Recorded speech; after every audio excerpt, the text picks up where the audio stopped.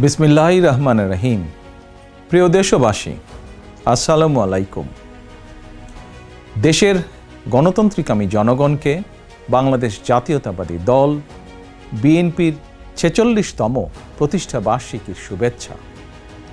প্রতিষ্ঠার পর থেকে আজ পর্যন্ত রাষ্ট্র পরিচালনা কিংবা বিরোধী রাজনৈতিক দল হিসাবে দেশে গণতন্ত্র এবং মানুষের অধিকার প্রতিষ্ঠার প্রতিটি আন্দোলন সংগ্রামে বিএনপি দেশ এবং জনগণের স্বার্থ সমুন্নত রেখেছে।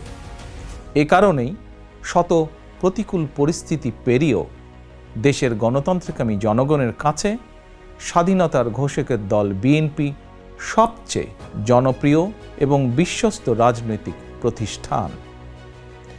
যাদের নেতৃত্বে, যাদের আত্মত্যাগে, যাদের শ্রম, ঘাম, মেধায় বিএনপি আজ সারা দেশে জনগণের কাছে বিশ্বস্ত প্রতিষ্ঠানে পরিণত হয়েছে, দলের প্রতিষ্ঠা বার্ষিকীর এই শুভ লগ্নে তাদের সবার অবদানকে আমি শ্রদ্ধার সঙ্গে স্মরণ করছি।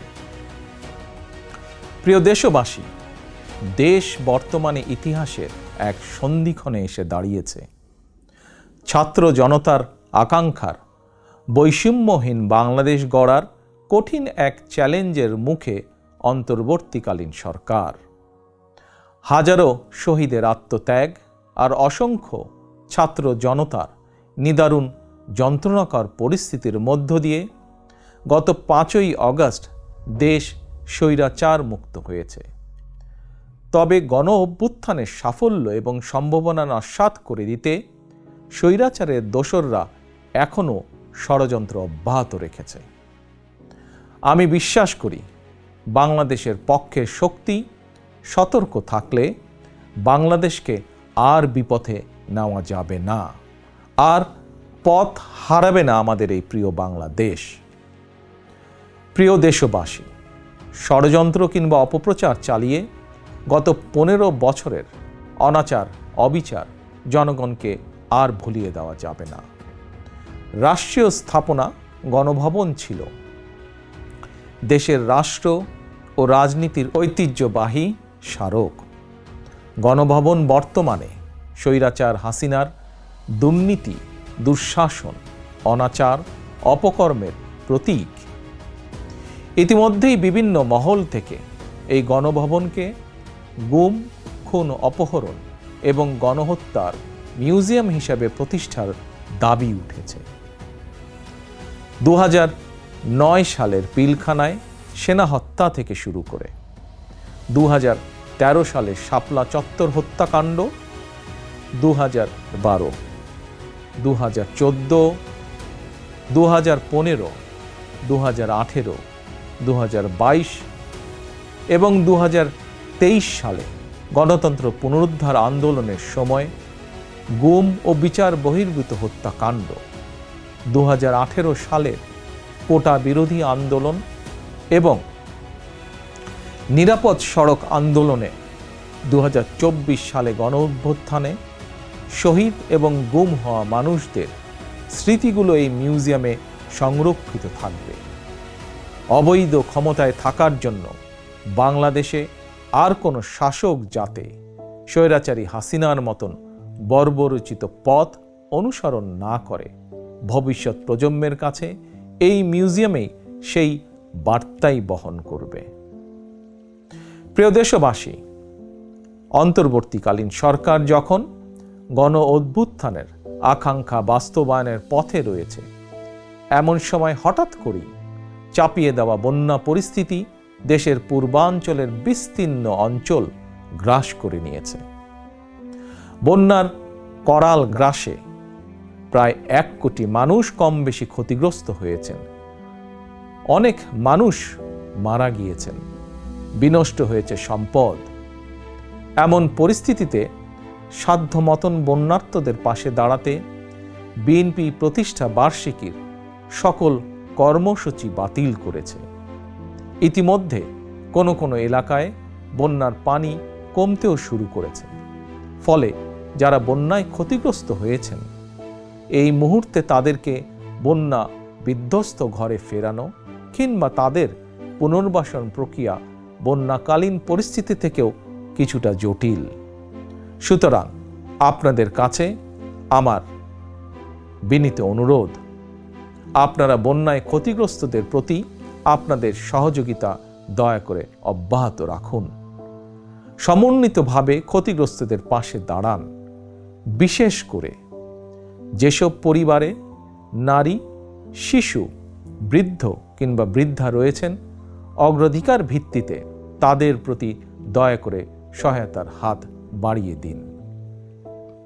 সফলজনকভাবে বন্যা পুনর্বাসন প্রক্রিয়া সম্পন্ন করতে একজন নাগরিক হিসাবে সরকারি উদ্যোগ বাস্তবায়নেও দয়া করে সক্রিয় ভূমিকা রাখুন। প্রিয় দেশবাসী, রাষ্ট্র, রাজনীতি, শিক্ষা, সংস্কৃতি, অর্থনীতি, জনপ্রশাসন, বিচার বিভাগ সকল ক্ষেত্রে দেশকে এক নৈরাজ্যকর অবস্থায় রেখে স্বৈরাচারী হাসিনা পালিয়েছে। দেশকে একটি ঋণ নির্ভর, আমদানি নির্ভর, পরনির্ভর করে রেখে স্বৈরাচারী হাসিনা পালিয়েছে। শুধুমাত্র একজন হাসিনাই পালিয়ে যায়নি, তার বিনা ভোটের মন্ত্রিসভা, বিনা ভোটের সকল এমপি, এমনকি তাদের নিয়োগ দেওয়া বায়তুল মোকাররমের খতিব পর্যন্ত পালিয়েছে। দেশের এমন নজিরবিহীন ভয়ানক পরিস্থিতি অতিক্রম করে জনগণ এখন সম্মান এবং সমৃদ্ধির পথে এগিয়ে যেতে চায়। তাই দেশকে জনতার কাঙ্ক্ষিত বাংলাদেশে রূপান্তর করতে রাষ্ট্র সংস্কার কার্যক্রমের কোনোই বিকল্প নেই। তবে রাষ্ট্র সংস্কার একটি চলমান, দীর্ঘমেয়াদী এবং ধারাবাহিক প্রক্রিয়া। টেকসই এবং কার্যকর উপায়ে রাষ্ট্র সংস্কার করতে হলে সংস্কার প্রক্রিয়ার সঙ্গে অবশ্যই জনগণের প্রত্যক্ষ অংশগ্রহণ থাকা জরুরি। গণতান্ত্রিক বিশ্বের দেশগুলোতে জনগণের ভোট প্রয়োগের অগ্রাধিকার নিশ্চিত করার মাধ্যমে রাষ্ট্র সংস্কার কার্যক্রমে জনগণের অংশগ্রহণ নিশ্চিত করা হয়ে থাকে। কারণ একটি গণতান্ত্রিক রাষ্ট্রে সরকার এবং জনগণের মধ্যে কার্যকর সেতুবন্ধন হচ্ছে জনপ্রতিনিধিত্বশীল জাতীয় সংসদ। প্রিয় দেশবাসী, জনগণের লুণ্ঠিত ভোটের অধিকারকে পুনঃপ্রতিষ্ঠিত করে একটি জনপ্রতিনিধিত্বশীল সরকার প্রতিষ্ঠার লক্ষ্যে রাষ্ট্র সংস্কারে প্রথম পদক্ষেপ হিসাবে অগ্রাধিকার ভিত্তিতে নির্বাচন কমিশন, আইন শৃঙ্খলা বাহিনী, জনপ্রশাসন, দুদক সহ সাংবিধানিক প্রতিষ্ঠানগুলো সংস্কার কিংবা পুনর্গঠন জরুরি।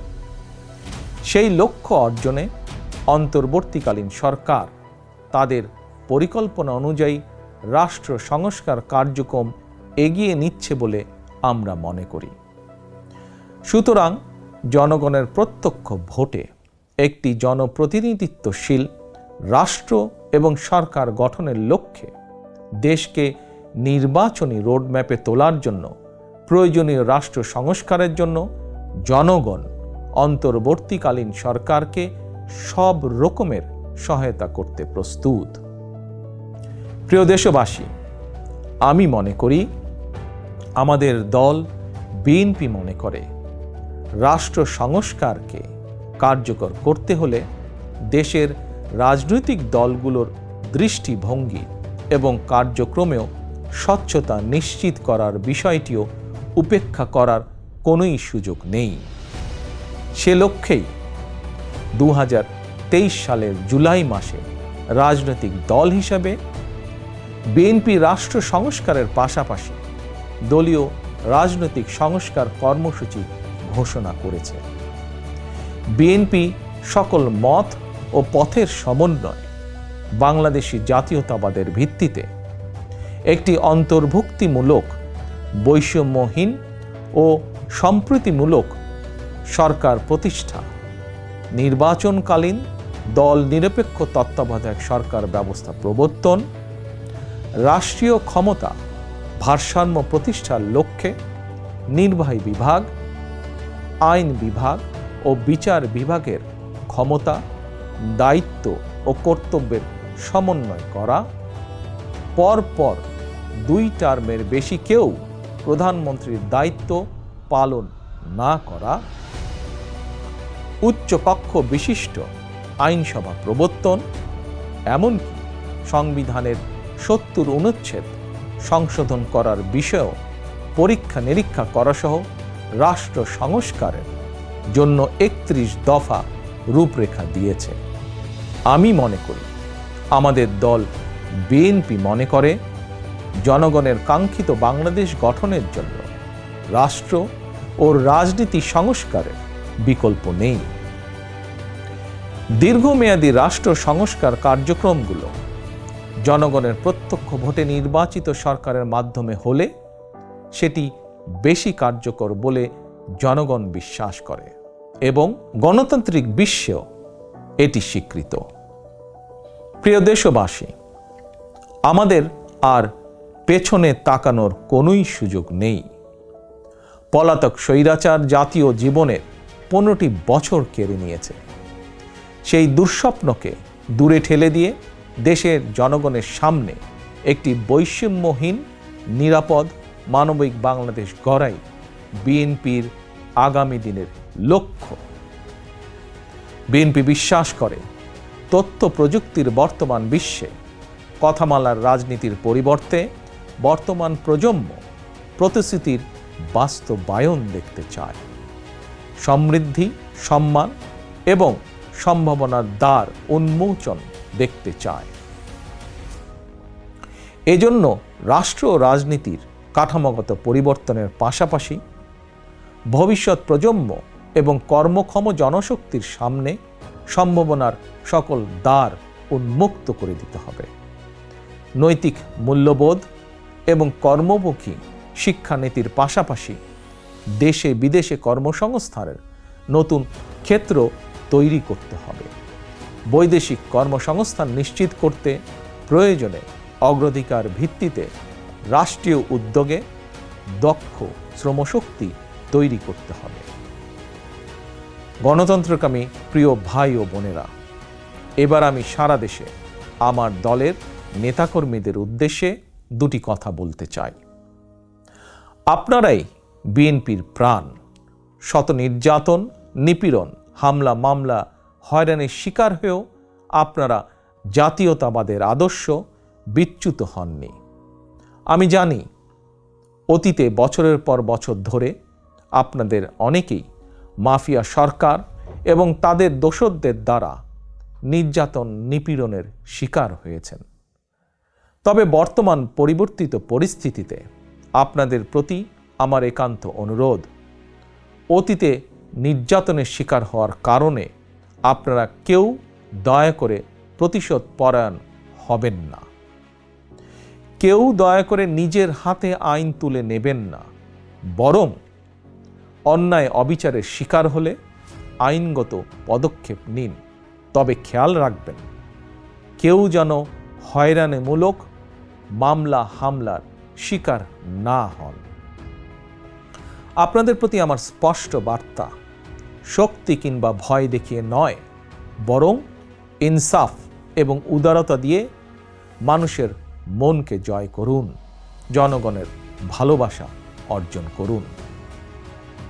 পরিশেষে বিএনপির 46তম প্রতিষ্ঠা বার্ষিকীর এই শুভ লগ্নে আমি বলতে চাই, স্বাধীনতার ঘোষকের প্রতিষ্ঠিত দল বিএনপিকে mother of democracy Begum Khaleda Zia দেশের 87,000 গ্রামের প্রতিটি ঘরে ঘরে পৌঁছে দিয়েছেন। সেই দলের পতাকা এখন আমার, আপনার, আমাদের হাতে। এই পতাকা এখন শুধু বিএনপির দলীয় পতাকাই নয়, বরং এই পতাকা এখন দেশ এবং জনগণের স্বাধীনতা ও অধিকার রক্ষার প্রতীকে পরিণত হয়েছে। সুতরাং যারা এই পতাকার মর্যাদা সমুন্নত রাখতে চান, তারা কোনো প্রকার অনৈতিক কিংবা অনধিকার চর্চায় লিপ্ত হবেন না। বাংলাদেশের জাতীয়তাবাদী শক্তির সকল স্তরে, সকল পর্যায়ের প্রতিটি নেতা কর্মী, সমর্থক, শুভাকাঙ্ক্ষীকে মনে রাখতে হবে, জনগণ বিএনপিকে বিশ্বাস করে, বিএনপিও জনগণকে বিশ্বাস করে, কারণ জনগণই বিএনপির সকল রাজনৈতিক ক্ষমতার উৎস। আল্লাহ হাফেজ। বাংলাদেশ জিন্দাবাদ, বাংলাদেশ জাতীয়তাবাদী দল জিন্দাবাদ।